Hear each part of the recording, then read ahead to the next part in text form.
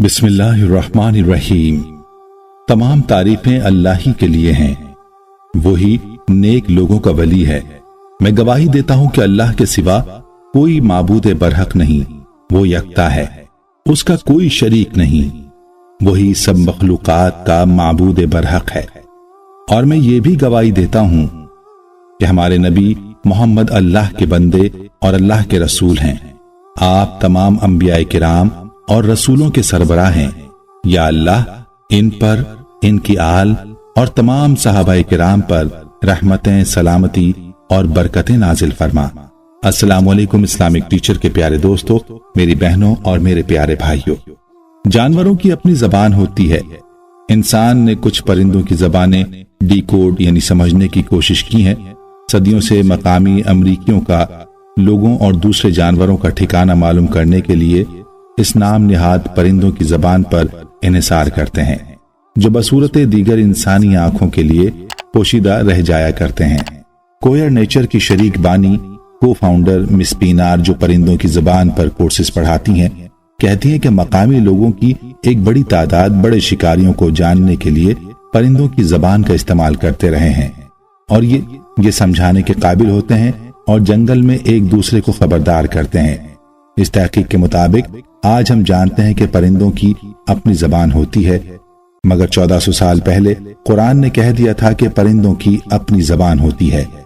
اور سلیمان داؤد کا وارث ہوا اور کہا، اے لوگو، ہمیں پرندوں کی بولی سکھائی گئی ہے اور ہمیں ہر قسم کے ساز و سامان دیے گئے ہیں، بے شک یہ صریح فضیلت ہے۔ سلیمان نے پرندوں کی بولی زبان سیکھ لی۔ قرآن تو یہ بھی کہتا ہے کہ تمام جانور اللہ کی تسبیح و تعریف کرتے ہیں، مگر ہم لوگ ان کی یہ تعریف نہیں سمجھ سکتے۔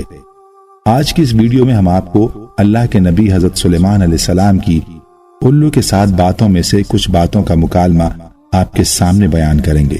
اس کے بعد ہمارے پیارے آقا صلی اللہ علیہ وسلم نے الو کے بارے میں کیا ارشاد فرمایا، اور اس کے علاوہ سیدنا امام حسین رضی اللہ تعالی عنہ کی الو کے ساتھ کس موقع پر ملاقات ہوئی، یہ تمام تر معلومات آپ کو آج کی اس ویڈیو میں بیان کریں گے۔ سب سے پہلے تو الو کے بارے میں آپ یہ جان لیں کہ الو ایک ایسا پرندہ ہے جس کا نام اکثر اوقات لیا جاتا ہے جب کسی کو کم عقل یا بے وقوف کہنا مقصود ہو۔ کسی سے کوئی بھی غلطی سرزد ہو جائے تو جھٹ سے اسے الو سے تشبیہ دی جاتی ہے۔ الو کے بارے میں جس قدر منفی تاثرات قائم ہیں، شاید ہی کسی اور پرندے یا جانور کے لیے قائم ہو، یہاں تک کہ اسے نحوست کی علامت بھی سمجھا جاتا ہے۔ عرب اور ایشیائی ممالک میں تو اس پرندے کو پسند ہی نہیں کیا جاتا، مگر مغربی ممالک میں اسے حکمت و دانش کی علامت سمجھا جاتا ہے۔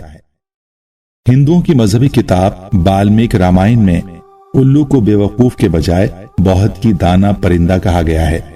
یہ بھی لکھا ہے کہ رشی مینو نے بہت سوچ سمجھ کے الو کو لکشمی کی سواری بنایا ہے۔ الوؤں کی قوت سماعت بہت زیادہ ہوتی ہے، لیکن ان کے کان دکھائی نہیں دیتے، کیونکہ وہ آنکھوں کے پیچھے پروں کے گچھوں میں یہ چھپے ہوتے ہیں۔ رات کے اندھیرے میں اپنے شکار کی ہلکی سی آواز سے سمت کا اندازہ لگا کر اس پر حملہ آور ہو جاتے ہیں۔ ان کے پنجے خاص قسم کے ہوتے ہیں، جس میں 4 نوکیلی انگلیاں 2 آگے اور 2 پیچھے کی جانب ہوتی ہیں۔ ضرورت پڑنے پر پیچھے والی انگلیوں میں سے ایک کو گھما کر آگے کی جانب کیا جا سکتا ہے۔ ان کی چونچ دیگر گوشت خور پرندوں کی طرح نوکیلی اور ٹیڑھی ہوتی ہے، پروں سے ڈھکی ہونے کی وجہ سے چھوٹی دکھائی دیتی ہے۔ برطانیہ میں الو کے بولنے یا اس کے رونے کی آواز کو منحوس سمجھا جاتا ہے۔ جنوبی افریقہ میں الو کی آواز کو موت کی علامت سمجھا جاتا ہے۔ کینیڈا میں 3 رات لگاتار الو کے بولنے پر خاندان میں کسی کی موت یقینی سمجھی جاتی ہے۔ اب آتے ہیں سیدنا سلیمان علیہ السلام کی الو کے ساتھ مکالمے کے بارے میں۔ ایک بار حضرت سلیمان علیہ السلام نے الو سے کچھ سوال کیے۔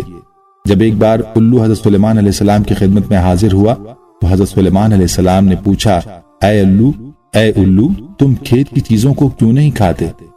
کھیتوں میں طرح طرح کی چیزیں ہیں کھانے کو اور تم نہیں کھاتے، اس کی کیا وجہ ہے؟ الو نے حضرت سلیمان علیہ السلام کی یہ بات سنی تو پریشانی سے بولا کہ آپ ٹھیک کہتے ہیں، اللہ نے ہر طرح کی کھانے کی چیزیں کھیتوں میں لگائی ہیں، مگر میں نہیں کھاتا، کیونکہ حضرت آدم علیہ السلام اس کی وجہ سے جنت سے نکالے گئے تھے۔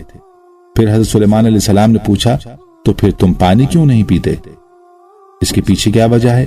الو نے کہا میں پانی اس لیے نہیں پیتا کیونکہ حضرت نوح علیہ السلام کی قوم پانی میں ہی غرق ہو گئی تھی۔ آپ نے فرمایا اے الو پھر جب تم ویران کھنڈر سے گزرتے ہو تو کیا کہتے ہو؟ الو نے کہا میں کہتا ہوں کہ بنی آدم علیہ السلام کے لیے بڑے افسوس کی بات ہے، ان پر عذاب آ رہے ہیں اور وہ لوگ موج مستی میں گم ہیں، اللہ کے نام سے بری طرح غافل ہو رہے ہیں اور غفلت کی نیند سو رہے ہیں اور عذاب سے غافل ہو کر خواب آلود ہو رہے ہیں۔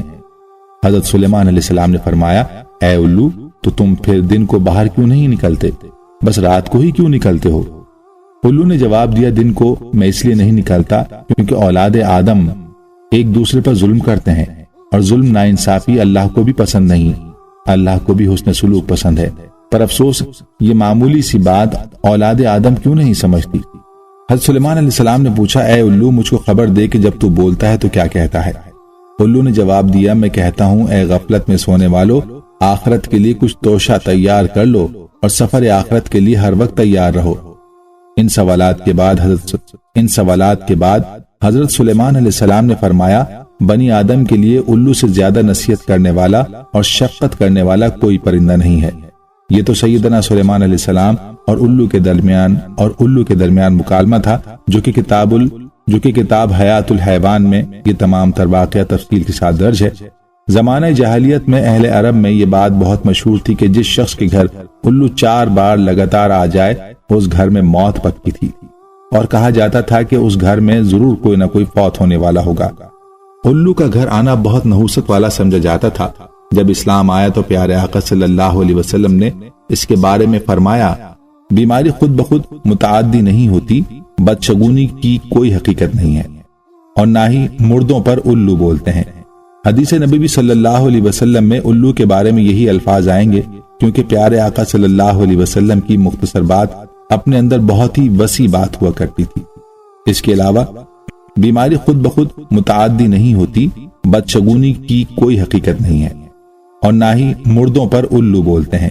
حدیث نبی صلی اللہ علیہ وسلم میں الو کے بارے میں یہی الفاظ آئیں گے کیونکہ پیارے آقا صلی اللہ علیہ وسلم کی مختصر بات اپنے اندر بہت ہی وسیع بات ہوا کرتی تھی۔ اس کے علاوہ شیعہ روایات میں ایک واقعہ کچھ اس طرح سے ملتا ہے کہ حضرت امام جعفر رضی اللہ تعالی عنہ سے کسی نے پوچھا الو ہمیشہ ویرانے میں کیوں رہتا ہے؟ تو اس پر آپ نے جواب دیا کہ یہ پرندہ پیارے آقا محمد صلی اللہ علیہ وسلم اور آپ کی آل سے بہت محبت کرنے والا ہے اور یہ ہمیشہ سے ویران جگہوں پر نہیں رہتا، بلکہ اس پرندوں کو جب معلوم ہوا کہ حضرت امام علیہ السلام کربلا میں رکے ہیں تو یہ پرندہ 9 محرم کی رات کربلا پہنچ گیا اور حضرت امام حسین سے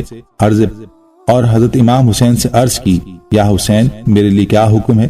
تو اس پر امام علیہ السلام نے فرمایا تم چلے جاؤ کیونکہ کل رسول صلی اللہ علیہ وسلم کی آل کے ساتھ جو ہوگا وہ تم برداشت نہیں کر پاؤ گے، خون کی ندیاں دیکھو گے۔